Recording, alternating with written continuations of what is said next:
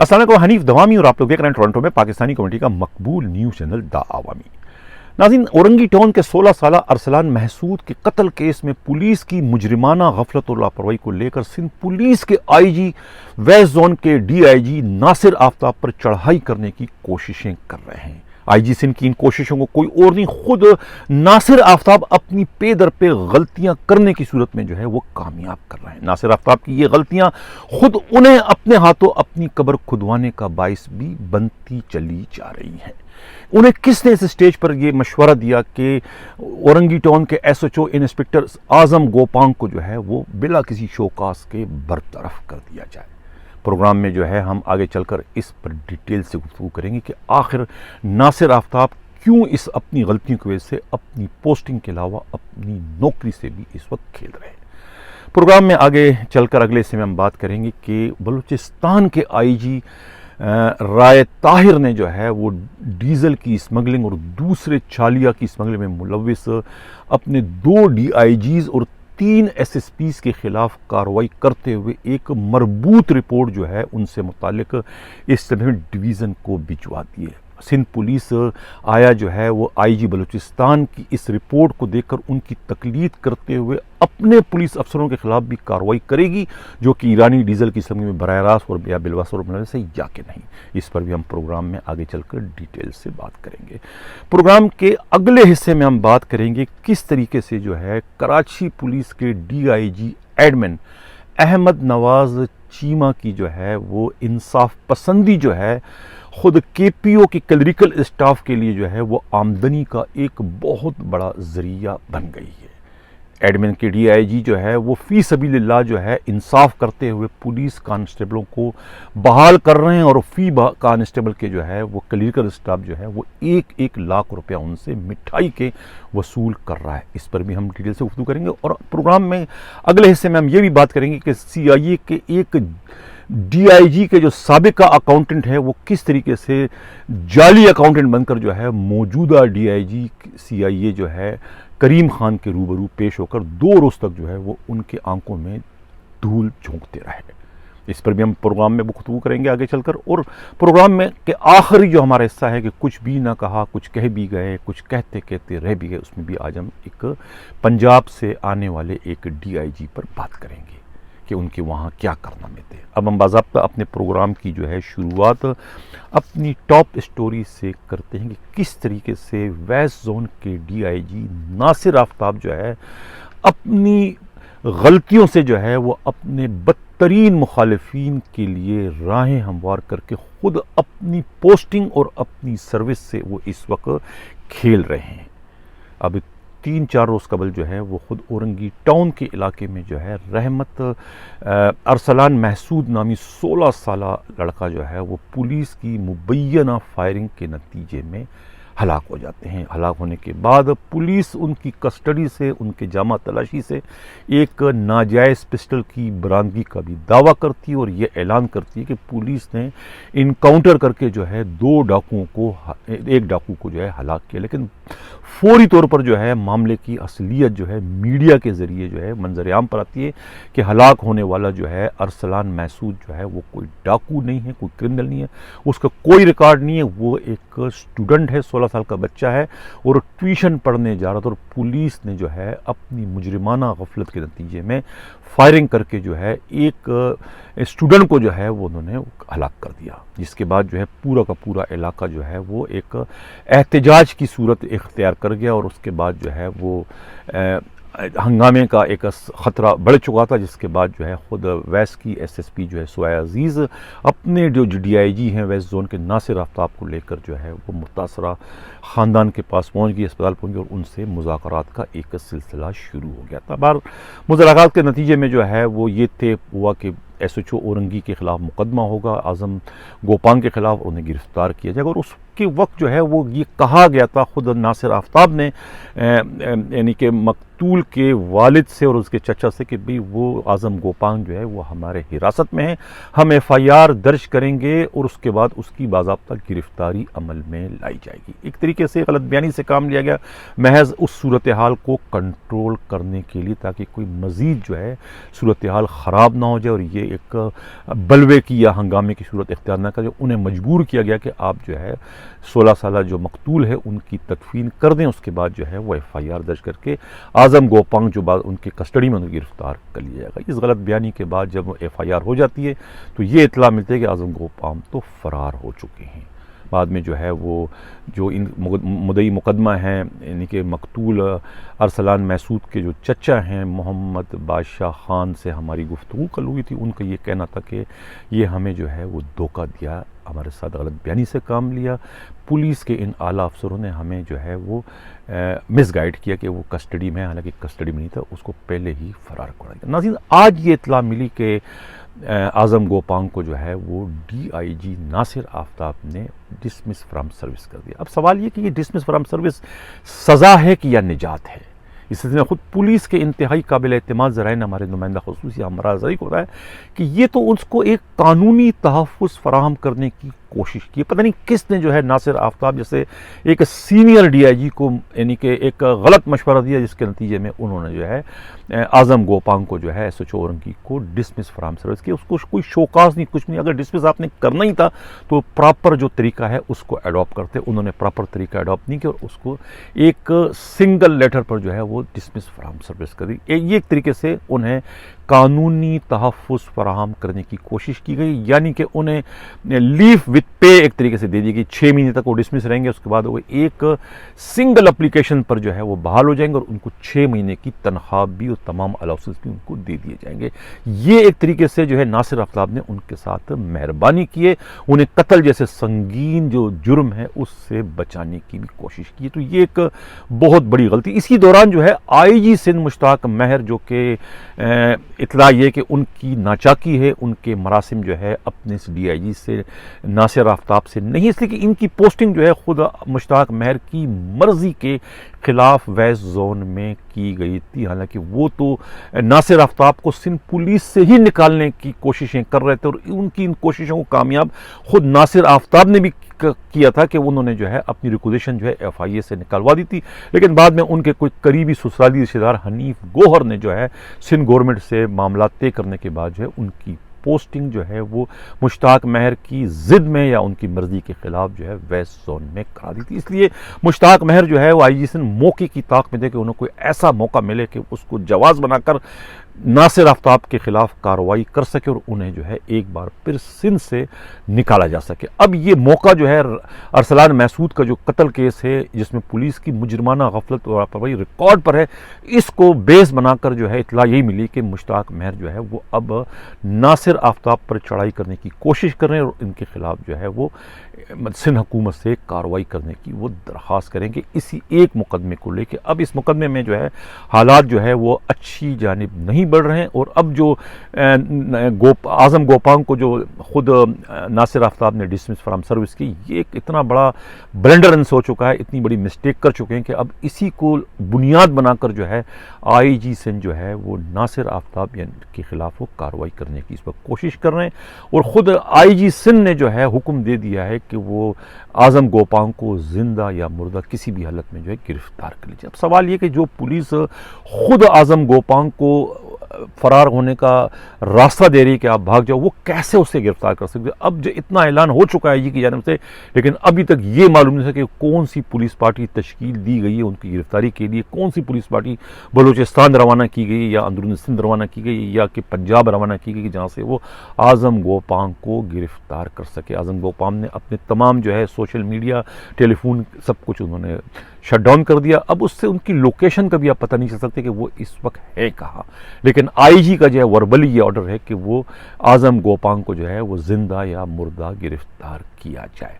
अब समझ में ये नहीं आ रहा है कि नासिर आफ्ताब जो DIG वेस्ट जोन है वो खुद इसमें क्या कर रहे हैं, वो आया गिरफ्तार करने के लिए वाकई संजीदा है, कोई कोशिशें कर रहे हैं या नहीं कर रहे। इसलिए नासिर ये जो आज़म गोपांग ये खुद IG सिंध मुश्ताक महर के जो PSO हैं अदनान रफ़ीक सिद्दीकी के भी पैनल में हैं, उनके भी करीबी साथियों में उनका शुमार होता है और ख़ुद वेस्ट जोन की जो DIG SSP हैं सुहाय अजीज़ के भी वो यानी कि हल्का अहबाब में उनका शुमार होता है और उनकी पोस्टिंग करवाने में ख़ुद सुहाय अजीज़ का भी मरकज़ी किरदार रहा है।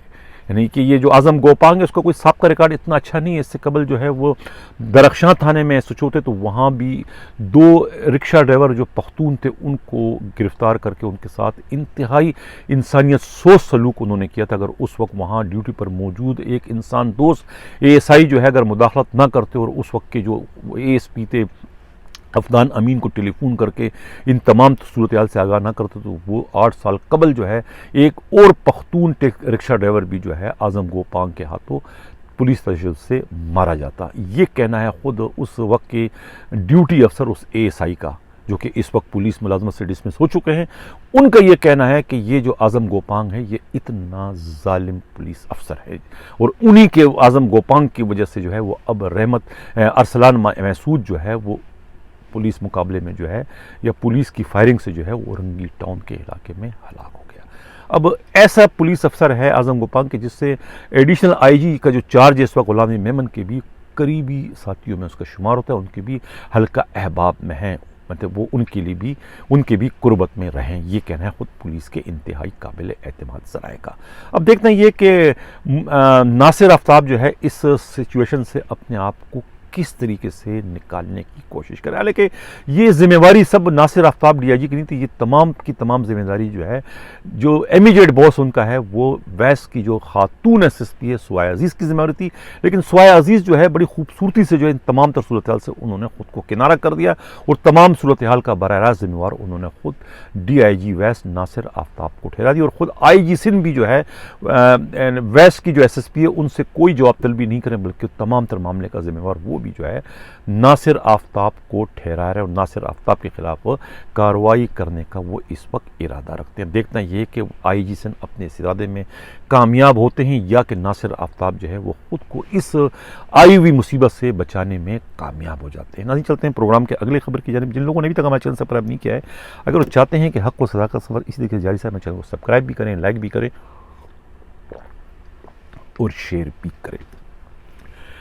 नाज़रीन बलूचिस्तान पुलिस के जो IG हैं राय ताहिर ने जो है ईरानी डीज़ल की स्मगलिंग और दूसरा छालिया गुटखा जो स्मगलिंग वहाँ से कोयटा से ईरान से जो होती है उन स्मगलिंग में मुलविस बिलवास्ता बरात जो उनके अफसरान मुलविस थे, बड़े अफसरान जो 2 DIGs और 3 SSPs, उनके ख़िलाफ़ तो उन्होंने डंडा उठा के एक मरबूत रिपोर्ट जो है इस क्राइम में मिक्सअप होने के जुर्म में रिपोर्ट मुरतब करके उन्होंने इसमें डिवीज़न भिजवा दिए इनके ख़िलाफ़ मज़ीद तादीबी कार्रवाई करवाने के लिए।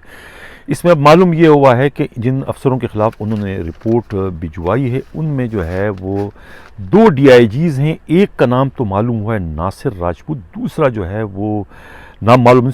वो 2 जो हैं 3 जो हैं वो SP हैं, एक जाफ़र ख़ान है, एक बका बुगटी और दूसरा जो है दोस्त मोहम्मद बुगटी है। ये तीनों SSPs पर जो है वो इल्ज़ाम ये है कि इन्होंने जो है वो ईरानी डीज़ल की स्मगलिंग में ये बिलवास्ता या बराह रास्त पर मुलविस है, उनसे जो है करोड़ रुपए का जो है ये बत्ता वसूल करते हैं। और छालिया की स्मगलिंग इसी तरीके से जो है दूसरे जो स्मगलिंग जो आइटम्स जो ईरान से आ रहे हैं जो कोयटा के रास्ते कराची जा रहे हैं उन तमाम से जो है इनका भारी नजराना भारी बत्ता ये वसूल करते रहें, जिसकी जो है IG बलूचिस्तान जो है राय ताहिर को उनकी मुकम्मल रिपोर्ट मिलती रही, जिसकी उन्होंने इंक्वायरी कराई। इंक्वायरी में जब ये साबित हुआ तो उन्होंने जो है इनसे मुतालिक रिपोर्ट जो है वो इस्लामिक डिवीज़न को भिजवा दी। इस सिलसिले में ख़ुद हमारे नुमाइंदे जो हैं हमराज राई को जो है बलूचिस्तान पुलिस के एक इंतहाई काबिल एतमाद ज़राए ने बताया कि SSPs की तो कंफर्म हो चुकी है लेकिन जो DIGs है उसकी रिपोर्ट कंफर्म नहीं हो रही है। इसमें डिवीज़न का तो ये कहना है कि हमारे पास रिपोर्ट आ चुकी है,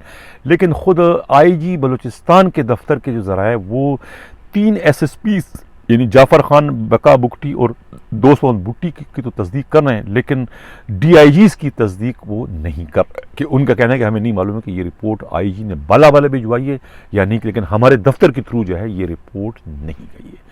अब देखना ये कि IG बलूचिस्तान ने तो जो है ईरानी डीज़ल की स्मगलिंग के ख़िलाफ़ डंडा उठा लिया है। अब उनकी तकलीद करते हुए सिंध पुलिस उन पर अपने जो उनके जो अफसरान इस ईरानी डीज़ल की स्मगलिंग में मुलविस हैं उनके ख़िलाफ़ कोई कार्रवाई करती हैं या नहीं करती, इसलिए कि अब इस सिंध के अंदर जो है वो ईरानी डीजल के खिलाफ कार्रवाई करना मुश्किल इसलिए भी है कि सिंध में जो है तकरीबन 100 से ज़ायद जो पेट्रोल पंप है उनके मालिकान खुद पुलिस के पीएसपी अफसरान, जिसमें कुछ डीआईजी भी हैं, कुछ एडिशनल आईजी भी हैं और कुछ आईजी रैंक के अफसरान भी जो है बहुत सारे पेट्रोल पंपों को ऑन करते हैं। और वही पेट्रोल पंप जिसके मालिकान पुलिस के आला अफसरान हैं वही जो है ईरानी डीजल के सबसे बड़े खरीदार हैं, जिसकी वजह से जो है वो ईरानी डीजल लाने वालों के खिलाफ कार्रवाई करना जो है सिंध पुलिस के अफसरों की बस की बात है। अगर आईजी सिंध मुश्ताक अहमद करना चाहें तो भी वो नहीं कर सकेंगे, इसलिए कि उस ईरानी डीजल के स्मगलिंग के सबसे ज़्यादा जो खरीदार है वो खुद पुलिस के आला अफसरान हैं जो कि इन पेट्रोल पंपों के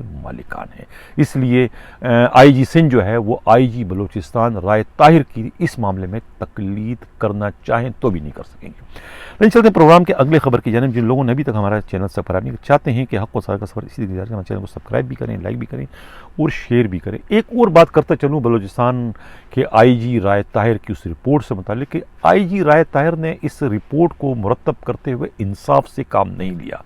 उन्हें ईरानी डीजल की स्मगलिंग तो नज़र आई, उन्हें जो है छालिया की स्मगलिंग, दूसरे जो स्मगलिंग का आइटम है वो तो नज़र आया कि उससे उनकी पुलिस की ये एसएसपीज और डीआईजी कितना बदतर लेते, लेकिन उन्हें जो है अपने खुद नाक के नीचे जो इतनी बड़ी जो करप्शन हो रही है, मेरा इशारा जो है बलूचिस्तान कांस्टेबल की जानिब है, यानी बदर लैंड जो है वो करप्शन का एक गढ़ बन चुका है। बलूचिस्तान पुलिस कांस्टेबल के कुछ 150 से ज़ायद कांस्टेबल और दूसरे अफसरान जो है वो खांचे पे वहाँ से छोड़े जा चुके हैं। और ये सिलसिला जो है नईम ब्रोका जब वहाँ के कमांडर थे उस वक्त से चला हुआ है, बल्कि उसमें कमी के बजाय उसमें इजाफा ही होता चला जा रहा है। और अब हाल ही में जुल्फ़िकार हमीद का जो वहाँ से ट्रांसफ़र है वो भी इसमें बिलवास्ता या बराह रास्त मतलब, अब उनकी जगह जो दूसरे आए हैं वो भी इसमें इस बहती गंगा में वो भी हाथ धो। लेकिन ये तमाम जो करप्शन है ये आखिर आईजी बलूचिस्तान राय ताहिर को नज़र क्यों नहीं है, क्यों यहाँ कार्रवाई करते हुए उनके अपने पर यहाँ जलते हुए हमें महसूस हो रहा है।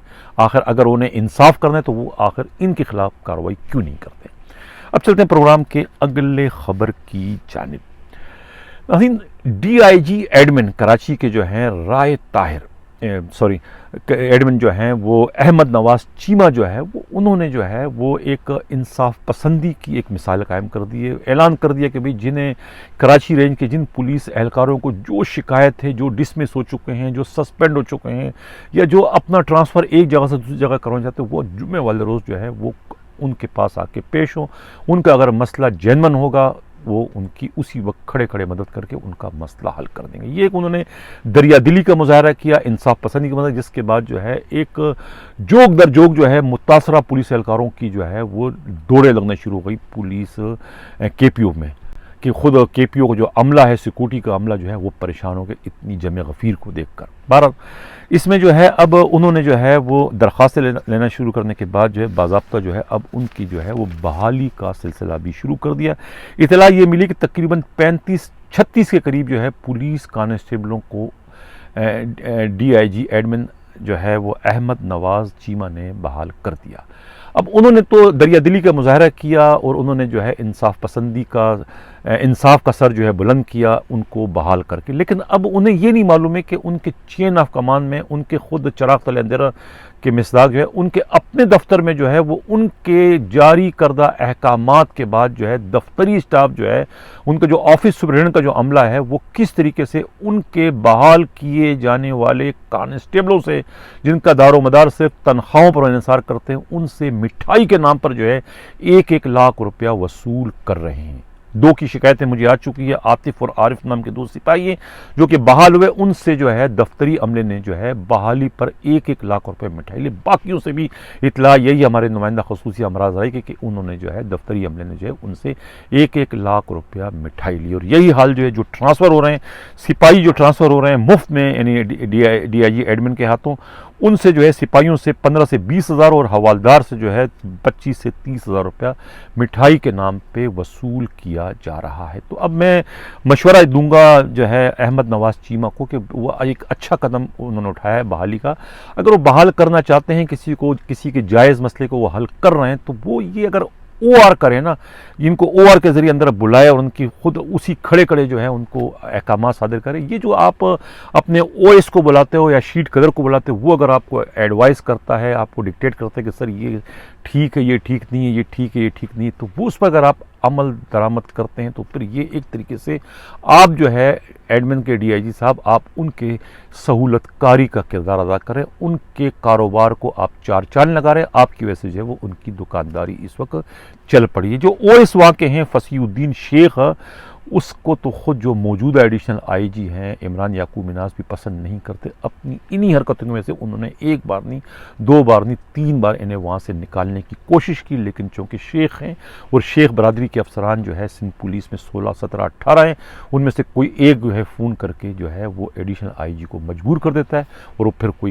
कार्रवाई नहीं करते। इससे कबल जो है गुलाम नबी मेमन, वो भी इन्हें जो है इन्हीं वजह से उन्होंने काम से रोक दिया था और अब आपकी वजह से जो है उनकी दुकानदारी जो है एक बार फिर चल पड़ी। तो लिहाजा आप ज़रा इनसे अगर मोहतात रहें, फासला पैदा कर दें और ओआर का सिलसिला शुरू कर दें, तो ये जो है दुकानदारी है, ये जो लूटने का सिलसिला है, जो बेचारे सिपाही बहाल होते हैं जिनके पास खाने के पैसे नहीं होते, लेकिन वो इनके लिए जो है ना कहीं से उधार लाके इनका मुंह बंद करने के लिए इन्हें मिठाई के नाम पे जो है लाख रुपए देते हैं। तो इस सिलसिले को खुदारा आप ख़त्म करें। तो चलते प्रोग्राम के अगले खबर की जानिब। एएसआई इसरार जो हैं वो अकाउंटेंट थे डीआईजी सीआईए, जो साबका डीआईजी सीआईए थे नोमान सिद्दीकी के लाडले थे। अब इसरार जो है इनका भी आर्डर जो है दूसरे 18 पुलिस अफसरों के साथ खुद डीआईजी एडमिन ने किया था, कोई 23 नवंबर को वो ऑर्डर हुआ था। अब चूँकि अकाउंटेंट हैं, ये बासर हैं और इनके लिए तो खुद इनके डीआईजी ने जो है कैंसिलेशन के लिए भी लिख दिया था कि भी इनको कैंसिल किया, इसलिए कि अकाउंटेंट के पास करोड़ों की ट्रांजेक्शन होती है। अब लेकिन इनको जो है वो इनके ओएस ने जो है डीआईजी सीआईए के ट्रांसफर होने के बाद इनको रिलीव कर दिया था। अब रिलीविंग होने के बावजूद जो नए जो डीआईजी अब आए हैं इस वक्त करीम खान, आते ही उनसे जो है इन्होंने मुलाकात की और अपना तारुफ कराया कि मैं आपका अकाउंटेंट हूँ। उन्होंने कहा कि भाई अकाउंटेंट अच्छी बात है। अकाउंटेंट से उन्होंने मुलाकात की और उन्हें जो है कुछ अहम अपने टास्क दिए कि मुझे ये करना है, मुझे ये करना है। उनको काम सौंप दिया। 2 दिन तक जो है खुद एएसआई इसरार की जो है नए डीआईजी से मुलाकात होती रही। तीसरे दिन जो है जब खुद डीआईजी करीम खान ने बुलाया अपने अकाउंटेंट को, तो अकाउंटेंट को जब उन्होंने बुलाया अर्दली के ज़रिए, तो जो असल अकाउंटेंट था हसनैन उनके पास पेश। उसने कहा भाई तुम कौन हो? उसने कहा सर मैं अकाउंटेंट हूँ। उसने कहा तुम अकाउंटेंट हो? तो वो कौन था? उसने कहा सर किसकी आप बात करें? वो इसरार। कहता सर इसरार तो पुलिस वाला था, एएसआई था, वो अकाउंटेंट पहले था, लेकिन उनका तो तबादला हो गया है, वो तो रिलीव हो चुके हैं, उन्होंने तो वहाँ ज्वाइनिंग भी दे दी। उसने कहा है ज्वाइनिंग दी? तो वो आया मेरे पास कैसे अकाउंटेंट के हिस्से से? उसने कहा सर मुझे नहीं मालूम कैसे आया। तो फिर वो जो है वो बड़े शर्मिंदा हुए करीम खान कि ये कराची पुलिस के अहलकार कैसे हैं, यानी कि डीआईजी को भी धोखा देने में कामयाब हो जाते हैं। वो बड़े शर्मसार से हुए। उन्होंने कहा कि भाई तुम्हें चार्ज दिया कि नहीं? तो उसने कहा नहीं चार्ज मुझे नहीं दिया, बल्कि वो तो जो है वो उसको लॉक को जो है ताला लगा के जो है चले गए हैं। जिस पर जो है फिर करीम खान ने कहा कि उनको बुला के उनसे चार्ज लो।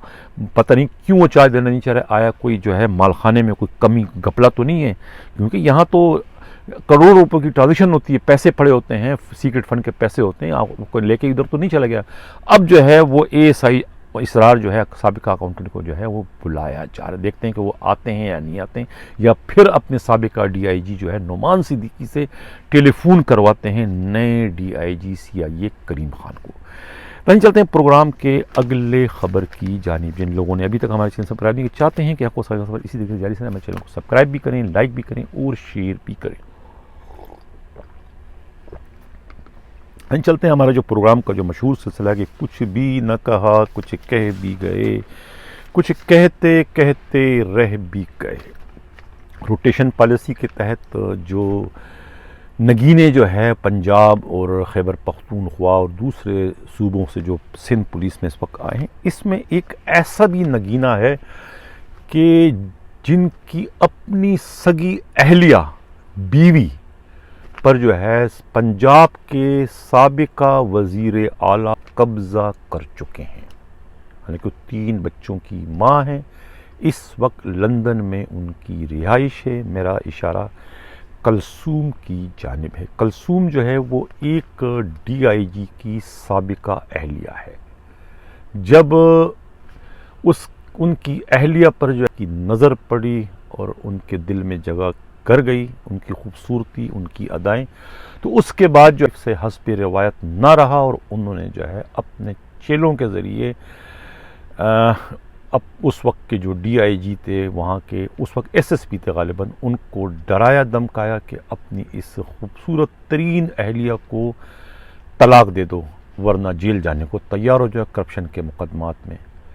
उस एसएसपी ने बड़ी मिन्नत समाजत की, बड़े लोगों को बीच में डालने की कोशिश की, लेकिन जो सीएम थे जाहिर है वो एक बार जो फैसला कर लेते हैं फिर अपने फैसले से पीछे नहीं हटते। यही कहना है पुलिस के, वहाँ के पंजाब पुलिस के इंतहाई काबिल एतमाद है। उन्होंने जो है वो फिर जो टान ली कर ली और उनको मजबूर करके उन्हें अपनी ही 3 बच्चों की माँ यानी बीवी को, कलसूम को तलाक दे दी उन्होंने। और उसके बाद कहते हैं कि उस वज़ीर आला ने उनसे चौथी शादी करी और इस वक्त 3 बच्चों समेत जो है वो कलसूम लंदन में जो है रिहाइश पजीर हैं। और मस्कूरा जो एसएसपी हैं उसके बाद उनकी प्रमोशन हो जाती है, वो डीआईजी बन जाते हैं। वो गुजरावाला में भी उनकी पोस्टिंग रहती है, नेब का उनके खिलाफ कोई मुकदमा भी चल रहा होता है।